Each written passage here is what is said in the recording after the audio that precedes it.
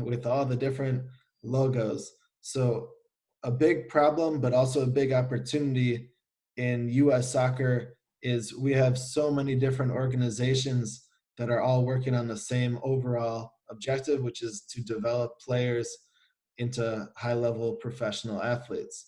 So I will talk you through the Blue Pyramid, and I will let you know that all of these different organizations come together underneath that same goal of developing players. But maybe I can make a comparison.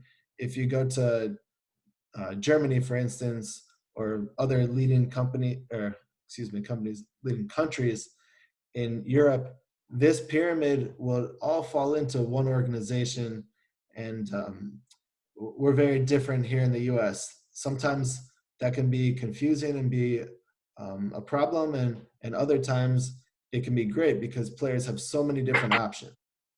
So if we look at the top of the pyramid, and I'll use my arrow to guide the conversation, we have Major League Soccer and National Women's Soccer League. These are the two Division I professional leagues in North America. Major League Soccer is on the men's side. It's now celebrating its 25th season. NWSL, National Women's Soccer League, is on the women's side. It's now celebrating its 5th season.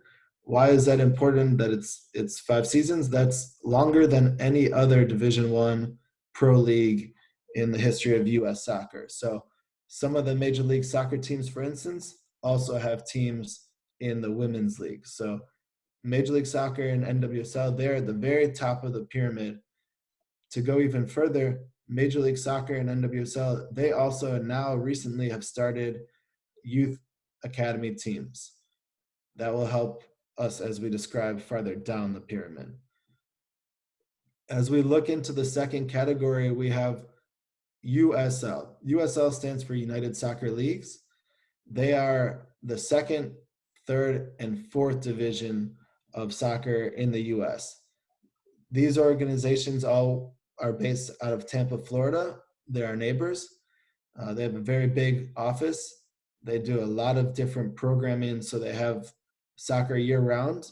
They have 2 professional leagues and 1 college amateur league, which is League 2 is amateur, Championship League 1, both professional.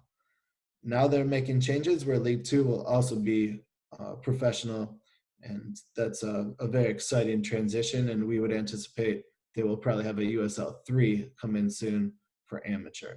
So they are growing very quickly. To give you an idea of their growth, in 2010, not too long ago, USL had 8 total teams. MLS at that time had 12 total teams. Now MLS has 30 teams, NWSL has 10 teams, and USL combined has over 100 teams. So you can see in the last 10 years, soccer in the US at the highest levels went from maybe not even existing or barely existing to really, really growing. We're very excited about continued growth at these levels, especially in Daytona Beach. I'll talk to you more about where we fit into the pyramid at the end of the presentation. But for now, let me continue on to NCAA soccer. NCAA soccer is the organization that covers all sports in college and university soccer and other sports in the US. The NCAA itself covers all the sports, and then NCAA soccer covers soccer. There's over 300 NCAA teams that have soccer programs in the US.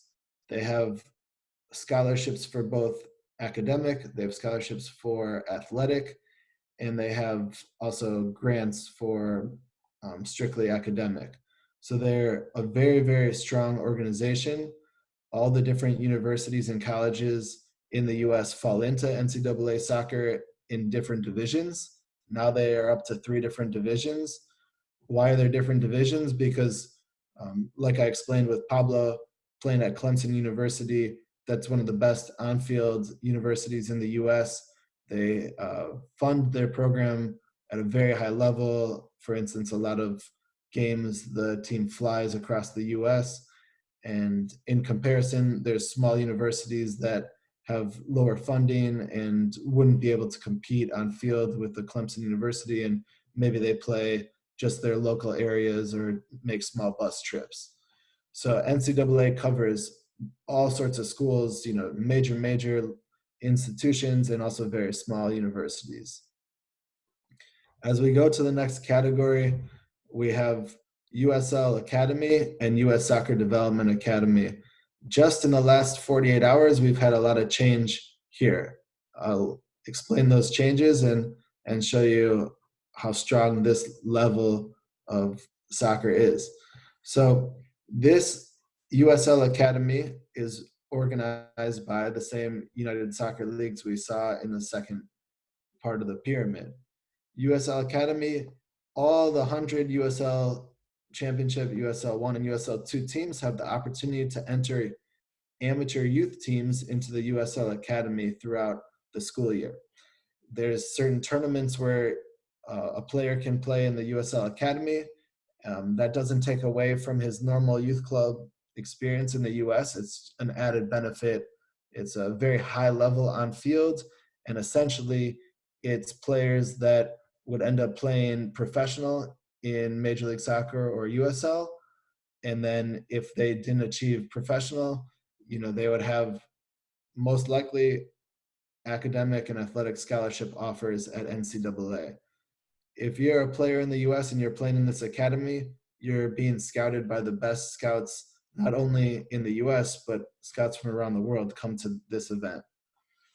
US Soccer Development Academy has now, in the last 48 hours, shifted from being organized by our federation, US Soccer Federation, and is now organized by Major League Soccer. So the very top of the pyramid, and they're going to have boys and girls programs here in US Soccer Development Academy. So now if you think about it, USL and Major League Soccer and NWSL, all of their youth teams are going to be competing in 2 tournaments, and now there's early discussions of merging the USL Academy and the MLS Academy tournaments into one overall high-level organization and tournaments. This would be a very, very good thing for the best players that live in the US. Now, for the players that don't have the on-field ability at the highest levels that we just described, there is also USU Soccer.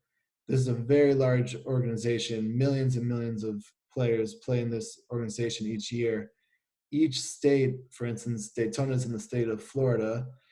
Each state has participation in US Soccer. So Florida has over 120 organizations. Every city in Florida has membership in USU Soccer and has probably at least 1 or 2 clubs that play. Everything in USU Soccer feeds into the higher levels of the pyramid. It's a very good system in that respect. So if a player in 1 year doesn't have the on-field ability judged by the scouts to play in USL or US Soccer Academy, they do have the chance of playing for their local team and then the following year playing at the higher level. So it's a pyramid for a reason. It's growing bigger and bigger at the lowest levels with millions and millions of kids here. The very best of these players then come to the next level. The very best and middle level of these players often get full scholarships, and the lower level of these players usually get partial scholarships here at the NCAA level. The very best players from the NCAA level sign professional contracts, and the very best professional players from USL often get purchased by Major League Soccer. So although soccer in a lot of ways is very new in the US at the highest levels, the base of the pyramid has been around for 60 years now at USU Soccer, and we're getting more and more of these organizations working together, which will help the path to pro, which is why we're talking today. So a lot of information. There will not be a test at the end of this presentation, so please, we'll have questions, and I appreciate everyone's listening because it's not as simple as in Europe, as George and I have talked about. We're getting closer to one overall system, but we're not there yet, so we're still growing. I'll talk a little now a couple details in regards to the professional level. The the main point I'd like to point out is this right here where the arrow is at the very bottom. Hundreds of professional players started in USL League 2, which is the current amateur Một hôm league. tôi với bạn bạn dưới giao xe bấm. Sorry. Sorry, I mute everybody already. And I just want to please be aware again. Please mute all your microphone, so that way we hear Evan presentation a lot clearer. Thank you. Thanks, George. So again, this slide speaks to this pyramid. They go together. I just want to point out here, USL League 2, which is the current amateur league run by the professional leagues. Hundreds of players have come from this league, get signed by MLS Championship and League One. It's a very good avenue all the way up. So once players enter into the system, even at the amateur level, they are now being scouted by the highest level pro teams, and the best players are offered contracts, and even some that have come from the USL2 have gone on to play for the US national team in World Cups. So we're very, very proud of what League Two can bring even to amateur players. College level, I'd just like to talk about a couple more points here. There's 1,600 total programs outside of the 300 that are in Division One. So 300 of the 1,600 are Division One. Those 300 have the maximum amount of scholarships available, but there's still, I'm working on my math, George, hang with me. There's still 1,300 other programs that have academic and partial athletic scholarship opportunities. So every year, there's so many scholarship opportunities through the sport of soccer that provide students athletic and academic pathways. It's a very, very good part of our US, I'd say 18 to 22-year-old program, where athletes like me were able to use my athletic ability to get into a university that maybe my academic ability wouldn't have gotten me into solely just on academics. But 4 years later, when you graduate and you realize maybe I wasn't good enough to play pro soccer, I was good enough to go and work in the business side of soccer. So it's a very good platform, in my opinion, where the athletics and the academics are combined. That's very different than the European platform at those ages, 18 to 22, where usually at that time, the very, very best players in Europe are signed to bigger and bigger professional contracts. And the players that aren't at that level, oftentimes they didn't get an education at the college ages, and they leave the sport of soccer at some point, and they need to start from scratch, start at the beginning of their academic or non-soccer career. So we're very proud of the combination between the academic and the athletics that college provides. And now you're seeing that more and more at the high school level, where the high school sports environment, which would be ages 14 to 17 or 18, you're seeing more and more scholarships at the high school level for private high schools. And we'll talk about that a little bit more shortly. On the next slide, again, it's a little bit more information describing the USL Academy. You can see in the map here, there's participants across the whole US. The USL Academy is only 1 year old, and it's already got such large participation that we're predicting it's going to grow and grow.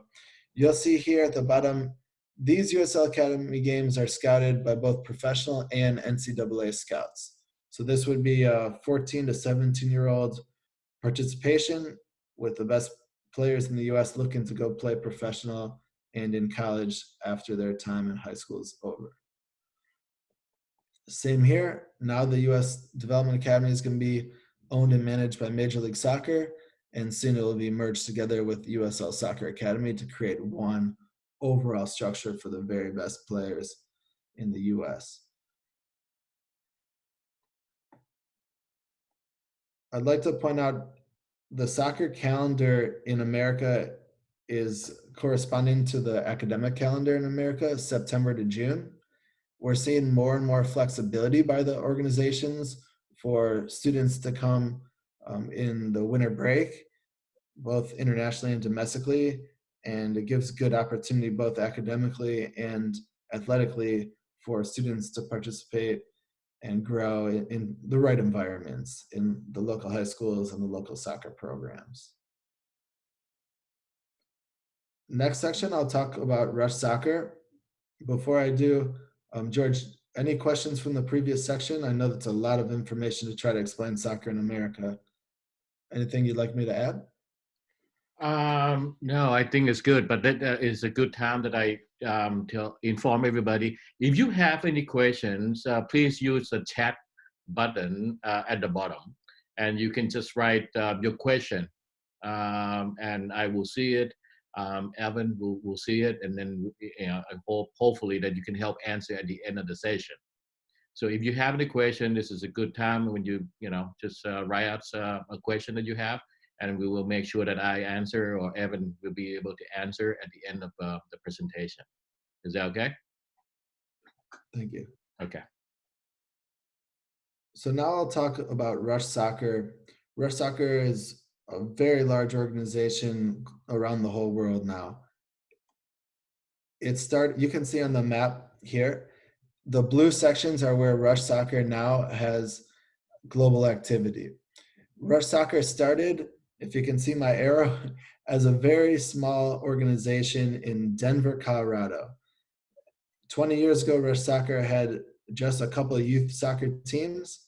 They've grown all over the world now and are continuing to grow both for amateur youth and for professional. Rush Soccer has grown so much because at least in the US, they were the first organization that left just their state, Colorado, in the US Youth Soccer Organization, and they had a franchise model across all the US and now are doing the same globally. Some of the players from Rush Soccer have even played in World Cups representing the United States team, and some of the players in the US have signed contracts professionally, I would say big and small. So, with a player base of 40,000 players, it's growing. It provides a lot of interchange where players will have the opportunity to play on different Rush teams depending on their skill level. It provides opportunity where there's certain competitions that Rush has where only Rush teams will play against each other from around the world, including Rush Fest, which happens every summer in Denver, Colorado. So we are in Daytona Beach. We are Rush Soccer's professional team in the U.S. We are also Rush Soccer's partner on the amateur level in the state of Florida. So what does that mean? In the professional Daytona Beach Rush view, we would like to get to the point where our entire roster has come from players that have played in the Rush system from young ages on up through the higher levels. Now, that hasn't happened yet, but as these players get better and better on field, we will be signing them to more and more contracts. Another very large benefit of the Rush Soccer organization is that they have over 280 Rush Soccer coaches who coach both for Rush Soccer, but also coach at American colleges and universities. Why is that important? Well, if you're a high school level player and you have an interest in playing in college, your best chance of getting an opportunity to play in college and hopefully an academic or athletic scholarship is through the Rush coaches. It's a great network. They scout together. 280 of these coaches come and scout both physically together and also virtually. And they have a great network for interested players who want to go up from Rush Amateur into the college NCAA programs. Now, Rush Soccer is also partnered with Capelli Sports. I don't know if you can see my shirt, but I'm wearing the Capelli Sport shirt right now. So the Capelli Sports, they manufacture they manufacture the gear, same as Nike or Adidas would, for all of the Rush soccer clubs. And Capelli Sport also owns professional teams. They own a team in the Danish Professional League and also the German Professional League. These two clubs, Koge and Duisburg, have scouts around the world as well. These scouts also interact with the 280 Rush coaches that are at American universities, and they also interact with our local Daytona Beach Soccer Club coaches. So I hope you can see it's a very big world, but it's all very connected. And Rush Soccer is a leader in growing from the US, from a little state of Colorado all the way across the US and now into countries around the world. For the next section, I'll talk more about Daytona Beach itself.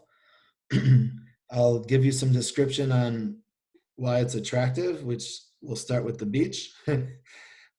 Daytona Beach is recognized around the world as a tourist destination for two reasons. One is the beach itself. They have 23 miles of beach along the east coast of Daytona Beach in Volusia County, the county Daytona Beach sits in. The second reason is racing. So NASCAR auto racing is headquartered here in Daytona Beach.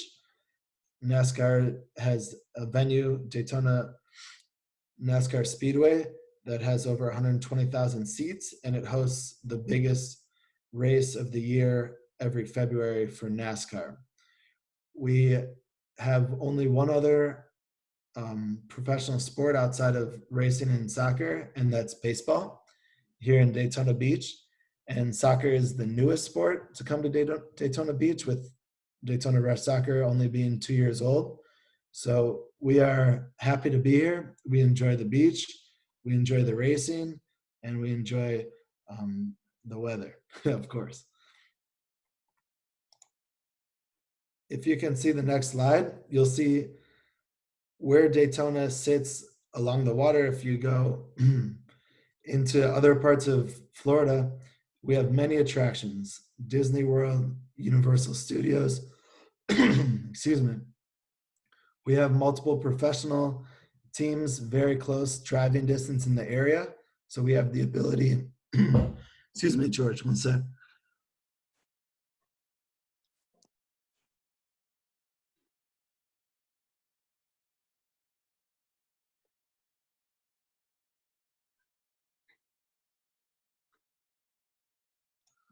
Sorry for the delay. Not a problem at all. No, it's we've been looking at the picture. So Okay, the theme good. park.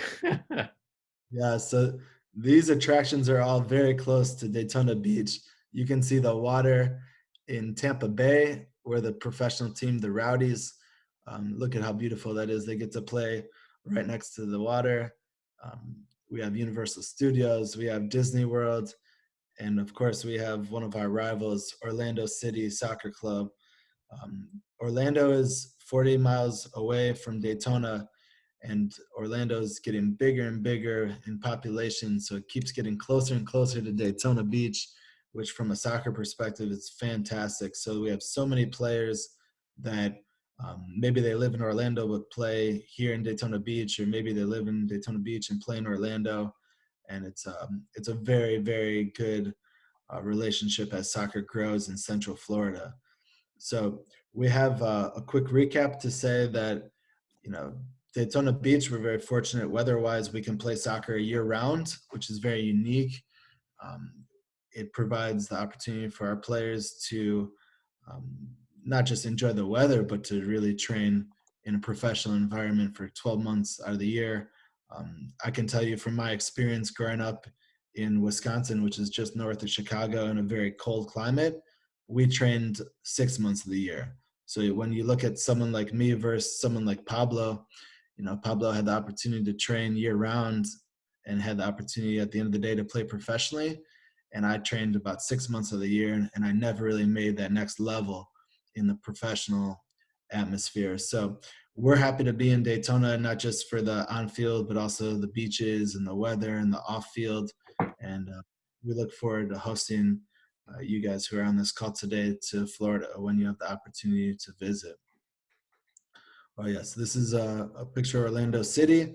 I apologize. We tried to embed the video here of Orlando City's goal against San Jose last year, but the video is very choppy. I'm gonna try to play it, George, and hopefully it works on at least a few computers. But you can see the excitement that the professional level brings to this type of environment. Those 3 points at home and being competitive on the road. And I believe the Quakes have been more competitive on the road this season so far. Mueller stays on his feet. Early trouble for the Earthquakes. The shot! Mueller!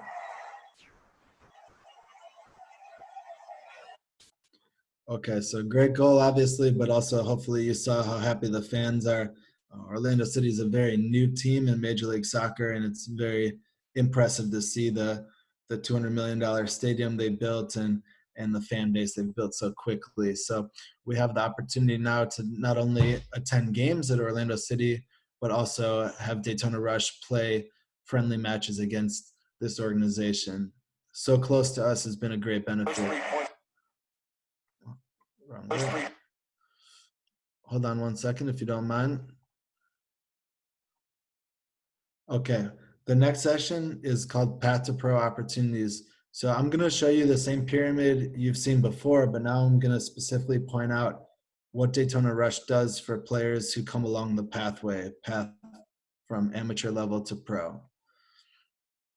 So here in Daytona Beach, Florida, we have the opportunity to play in the Florida High School Athletic Association through our academic partner, Warner Christian Academy. We also have players through our organization that play in Florida Youth Soccer Association, which feeds into USU Soccer. So again, this is the lowest level of the pyramid, but it's got the most players. So there's constant development, there's constant trainings and games in these two organizations. In certain parts of the year, the Florida High School Athletic Association has activity, which then at that point, the Florida Youth Soccer Association is not available to the high school athletes. This high school environment provides a great opportunity for development because every time you play for a high school, you're representing not only your school, but also your city and your town.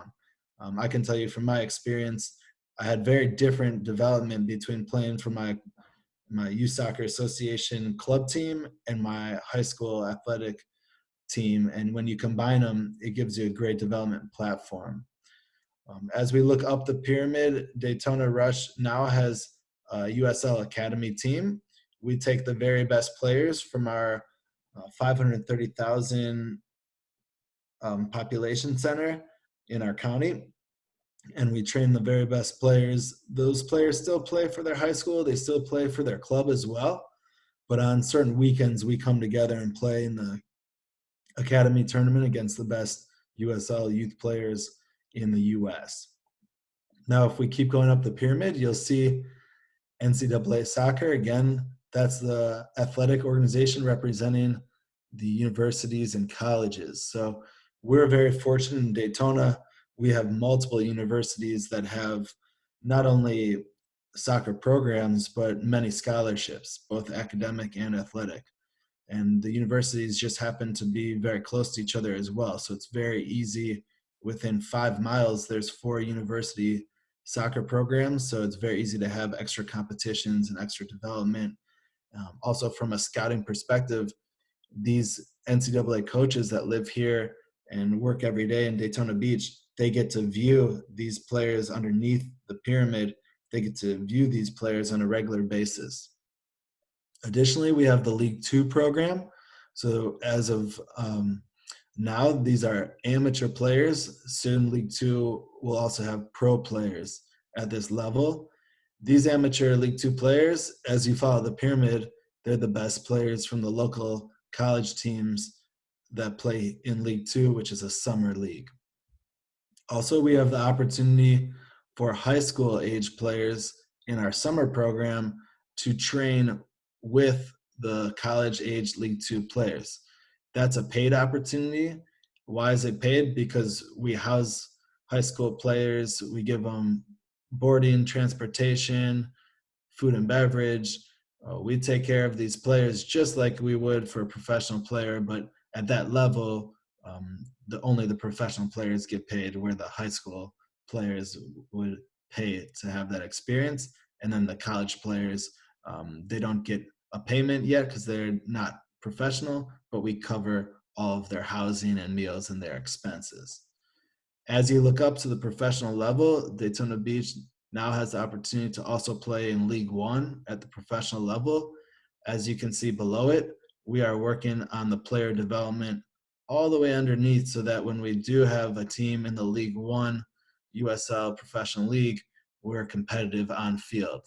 So you can see again, just like the first time we introduced the pyramid, all of these soccer opportunities work together to take a player from amateur, even starting at 4 years old, up to the high school program, to the top tier amateur level, to the college level, to the summer program, up to the professional level. So although Daytona Rush is only a 2-year-old organization, we can tap into almost probably 100 years of combined soccer experience to provide students, coaches, and players the opportunity to grow with the combination of soccer and academics.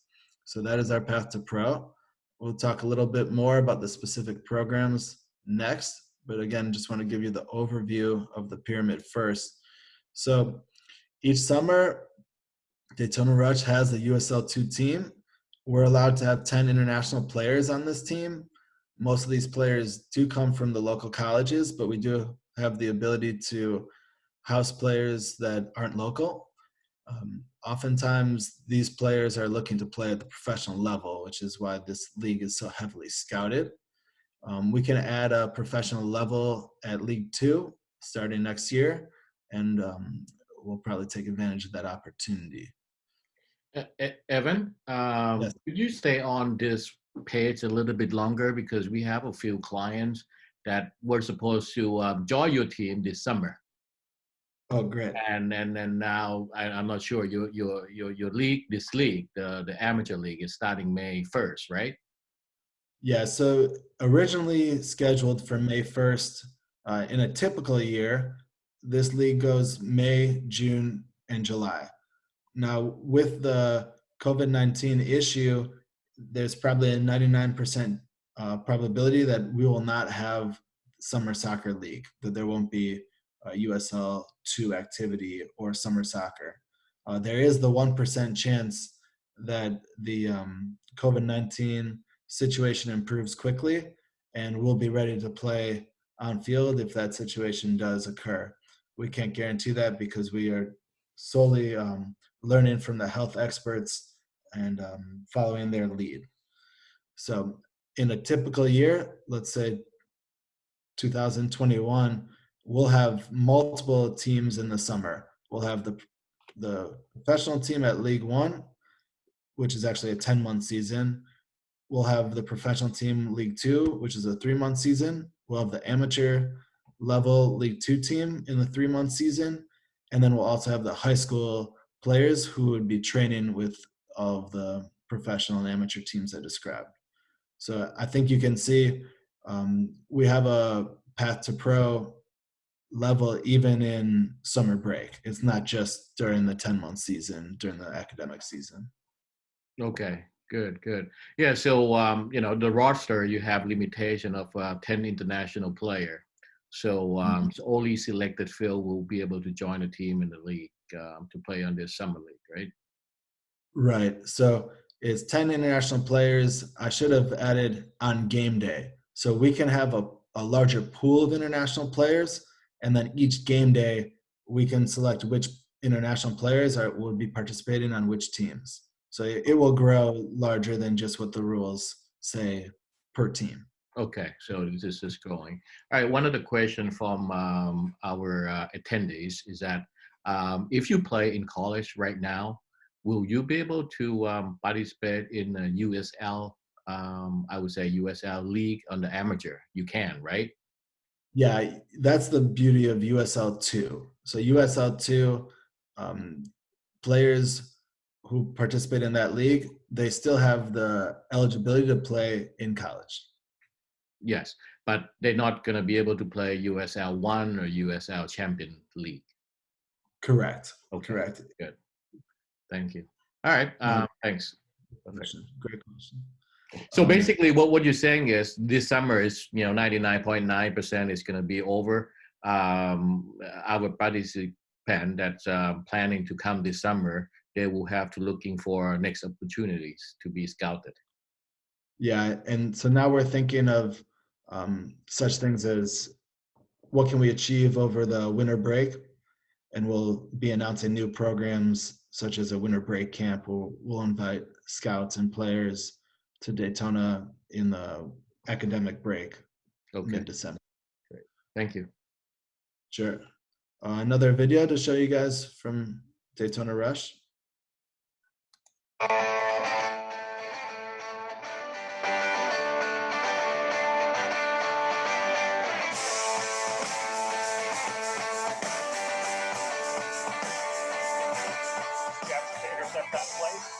Charlton streaking right into the box. Charlton center and pass up top the shot. They score! Frank is in here to cut this back. It's everybody out of the goal. Easy for Donatello. What's happening? Keep it 7-10.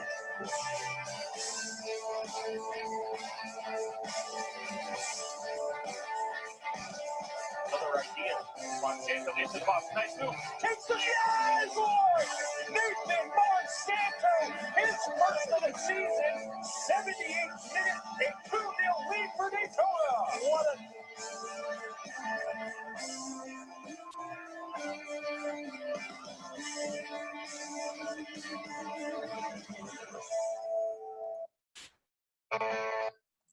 Okay, thank you for watching the video.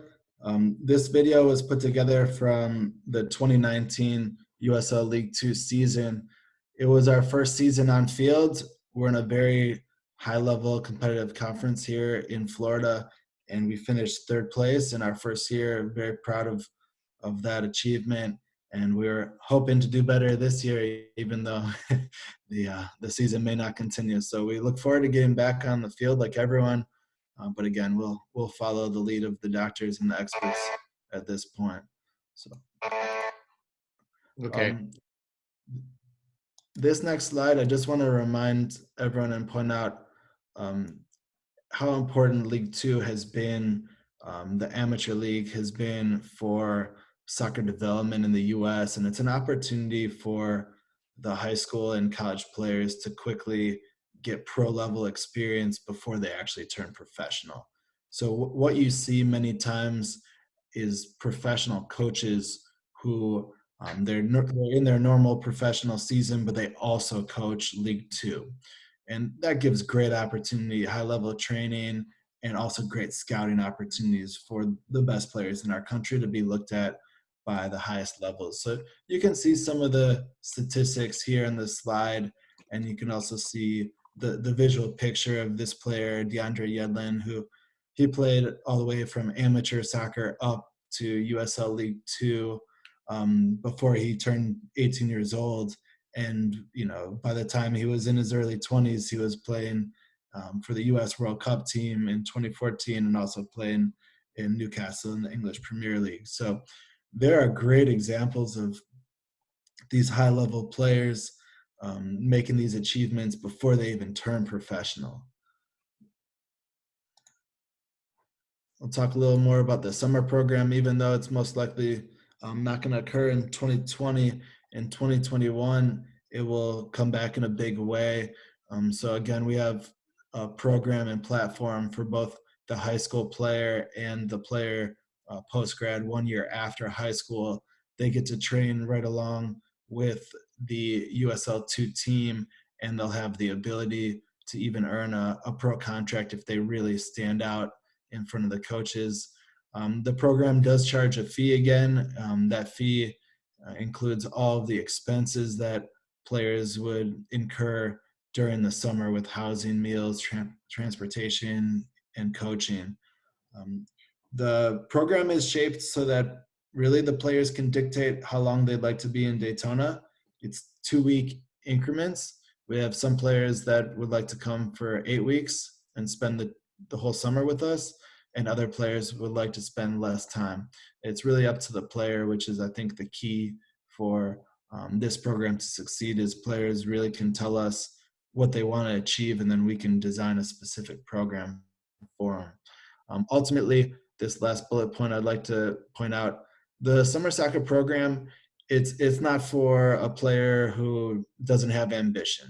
It's really for players that want to get better in a very quick amount of time and make that next step, whether it's an amateur player who one day wants to play in college or one day wants to play in pro.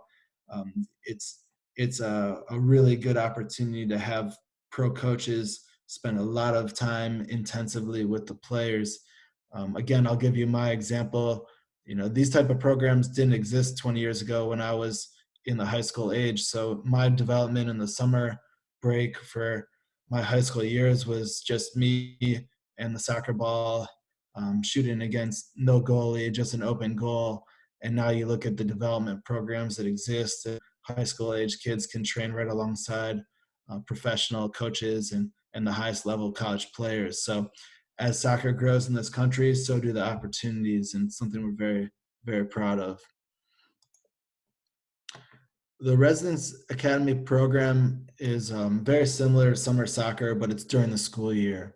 So it's for players aged 14 to 19. This program has very similar attributes to what professionals go through on a daily basis. So for the 14 to 19-year-olds in the Residence Academy program, they're getting coached by professional coaches, both in a full team setting and also individual training sessions every day. Our partner, DME Sports, is halfway through their build of brand new dormitories, and the residential component of this program is something we're very excited about. Directly next to the Residence Academy dorm is a soccer field. Directly next to the soccer field is a gymnasium with 3 indoor courts and a full-size gym and a cafeteria.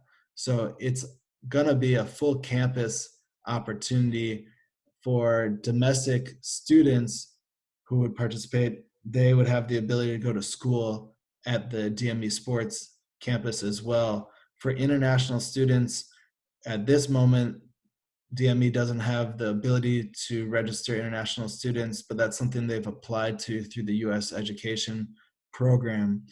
International students would go to Warner Christian Academy, which is a local high school. It's where the DME sports basketball and volleyball students go as well.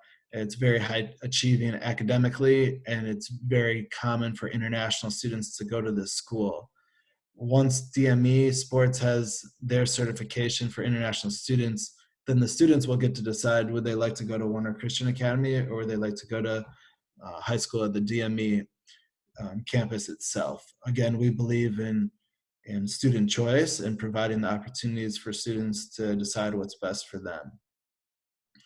Again, this academy program is not for the player that's just enjoys soccer. It's for the player who wants to achieve and reach the college or professional level of soccer.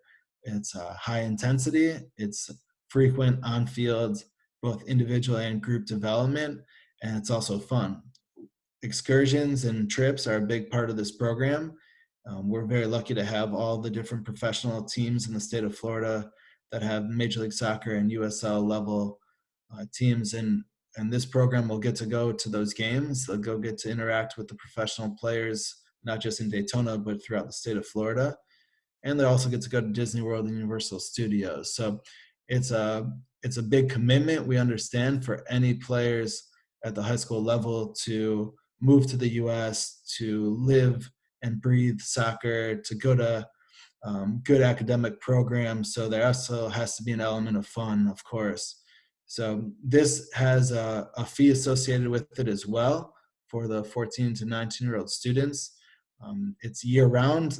The semesters start in August and in January for U.S.-based academic programs, and players have the ability to choose if they want to attend both semesters each school year or just one semester. And again, it can be a player's decision. there. So a very big program. We're very happy to partner with DME, who already has this program set up for basketball and volleyball sports. And now we're going to grow soccer as well. I'm sure there'll be some questions on this slide and this program, so we'll come back to that as we go. So before we go into the questions, I just want to once again say thank you for the time today. I also want to point out the background of this slide is a picture of one of our local tryouts. We have tryouts every month for our different programs, and we're seeing a big number of participation in these tryouts. And we're very happy to have professional coaches that take the time and spend their weekends with us and provide these opportunities down to the amateur players. And we would love for you guys to learn more about what we do here. We have my contact information, and I'd guess you can probably also get a hold of George as well. We're here today physically to answer questions, but also as we get to know each other, we'll have more opportunities as well. So I will give the microphone back to my friend George and take a break from talking and let you guys ask questions and give you some more information. Oh, well, thank you, Evan.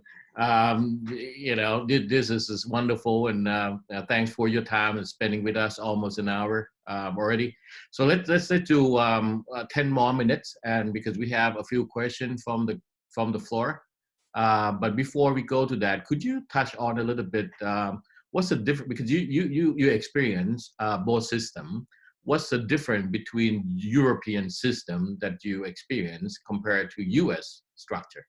And basically every kid's on here want to play professional at the end of the line, and how they feed into that. Yeah, great question. From my experience, the biggest difference is that in the US, the pathway for an amateur player to go to professional, while you're going through that pathway, there's a very big focus on the academics, just as big of a focus as the athletic. So if the negative situation happens, whether it's an injury or a change in interest and the player doesn't want to participate in soccer as they get older, they still have a very high level of academic achievement just alongside the high level of athletic achievement. So to me, that's the biggest difference. I think there's very many small differences. The other difference I'd point out is how new and exciting soccer is in the US. And it seems that there are just more and more opportunities at every level of the pathway as soccer continues to grow in the United States. So maybe that's different as well, because in Europe, you have 80 to 100 years of an established process with very many things repeating year after year, and which does provide good stability.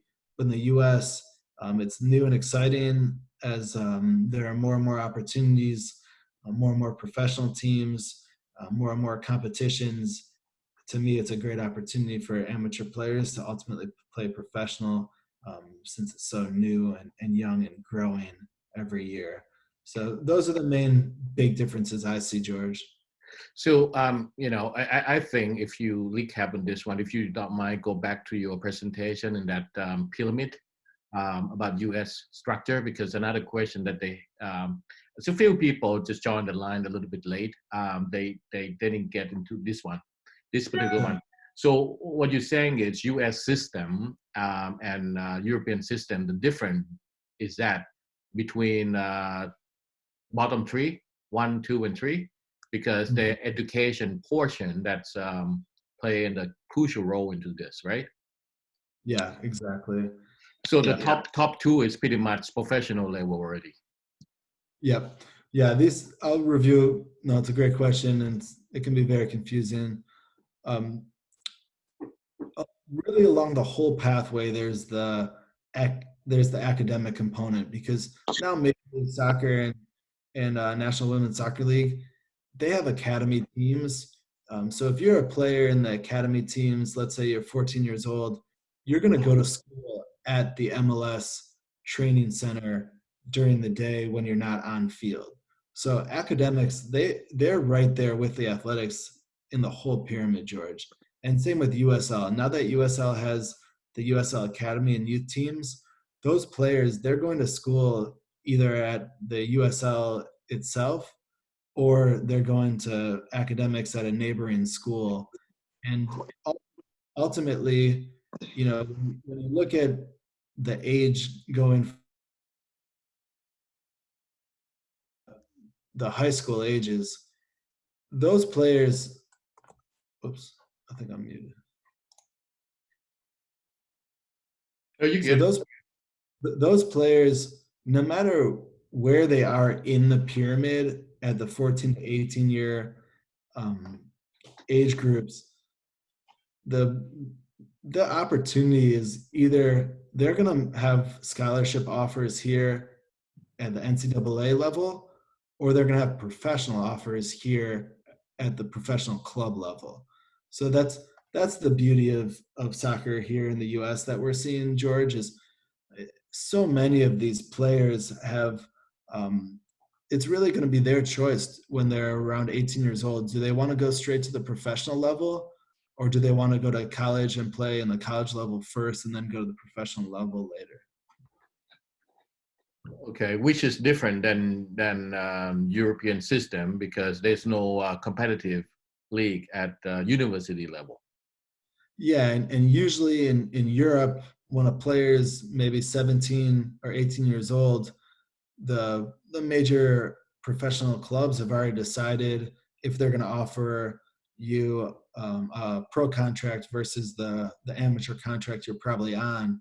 And if they don't offer you the pro contract, those clubs are basically done with you. They don't have an avenue to send you to a 4-year university with a scholarship.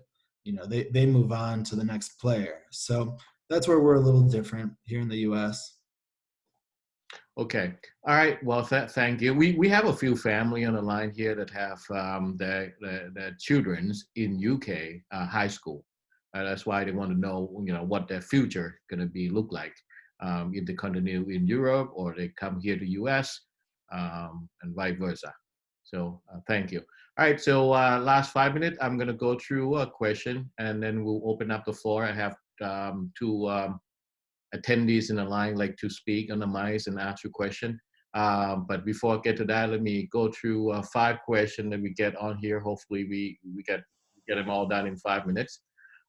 So, we all here as an Asian family, what is your advice, the best time to go to US to make some adjustment and transition? Yeah, to college or through professional level? yeah. I think the high school ages to me are very important in development. So both academically and athletically. The earlier you're in the high school system in the US, the better chances you're going to have of getting either a college scholarship or a US pro contract. So that can often mean ages 14, 15, 16, where that's where you want to be concentrating on your future, both academically and athletically. And then ages 17, 18, you want to really pick your next step, and you want to look at, am I going to be a college player first, or do I want to go professional? So I think each player has a different platform.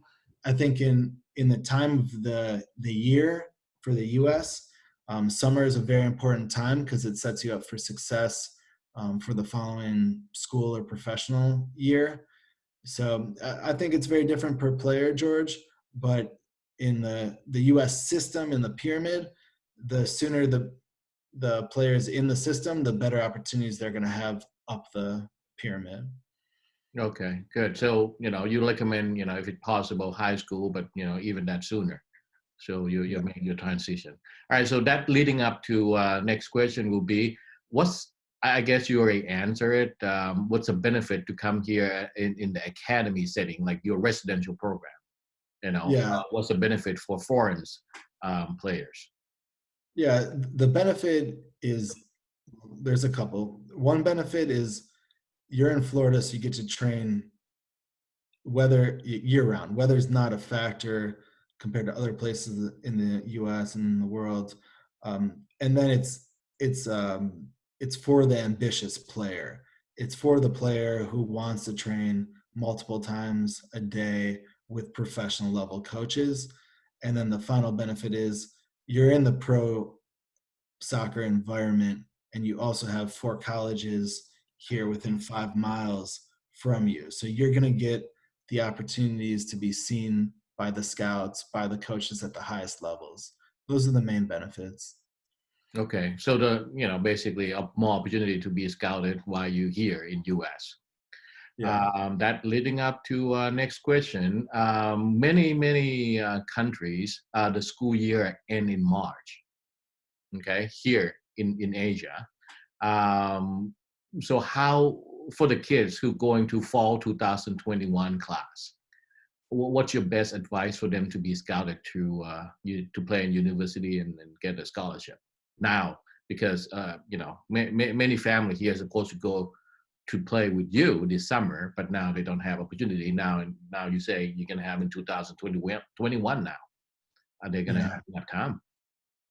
Yeah, so the opportunity for the high school level players would be starting in the fall semester, which would be the end of August, early September.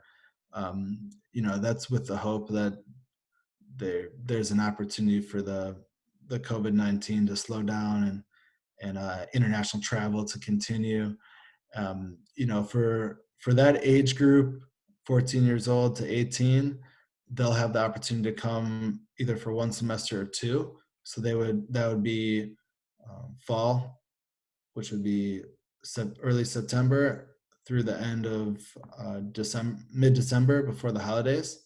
And then winter break, we'll have a camp for those players who either want to stay from the Residence Academy, or for other players who want to come and visit Daytona Beach, Florida for winter break.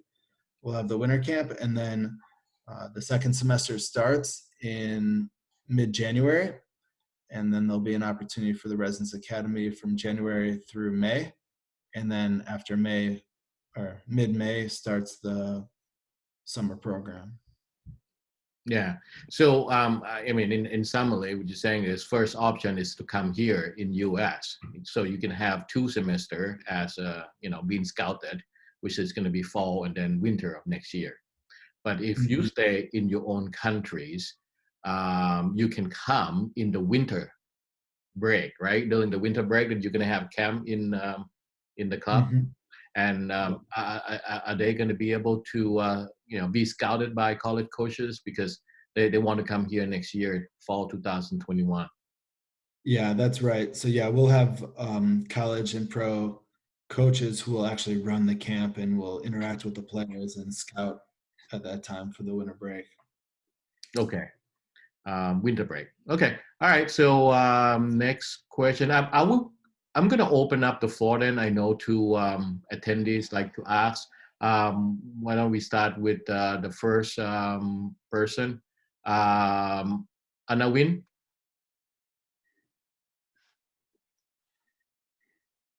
I'm going to unmute your microphone. Anawin is currently playing in NAIA already. He's a player. And he has question about the situation and opportunity to play with your team. Hello. Hello, please go ahead. Right now I play in NAIA in a school in Georgia, and next year I will be junior. But it's so hard. There's like not a lot of scout who like in NAIA. So like how for my position right now, like what's your suggestion to be like player in USL? Well, a big opportunity would be the USL League 2 in the summer. Have you played League 2 before? No. Yeah, I think that would be a major opportunity for you to participate in. Unfortunately, it looks like we won't have the season this year, but even into next year, which would be after your senior year, you would be a good candidate to play in League 2. Mm-hmm. All right. So. And then camps as well, because you'll have a winter break in December from school in Georgia. So you'll have the opportunity to come to the winter break camp and be seen by the college and pro scouts as well. All right. Thank you. Okay. Will be last question. It's from Banky. Yep. Please go ahead with your question. Okay, can you guys hear me? Yes. Okay, I'm banking from, I'm working with Coach Kleno from Thailand here, and we work with US Soccer College. We do like have questions on like, due to our, we have been in touch with the parents or the kids who are interested in this program, and they're asking for the possibilities, or is there any percentage that these kids will be joining your program and then will study and has the opportunity to play in pro? How can we assure the confidence for their parents? Because of their highest dreams is to become a professional players, or to be a part of a professional soccer team. Yeah, thank you. Thanks for the question. Yeah, we have the mentality that we don't want to tell the parents that the player will be professional until the scouts tell us the player is at that level. So we have a program where first we observe the player before they get started with any of our programs. We bring a professional coach to do a one-on-one training with the player, and we analyze the player's ability at that moment. From there, we design both a team-based and individual program for the player to improve. During the player's development and improvement, there's many opportunities for professional and college level coaches to analyze the player. And really, we use that feedback to share with the parents. So it's not just us with our opinion of what we think of the player, but we'll get the college coaches and the professional coaches to analyze the player and share that feedback with the parents. That way, it's not just our opinion thinking the player is such a good player because we think so. We think the opinion of the pro scout and the college player also is very important.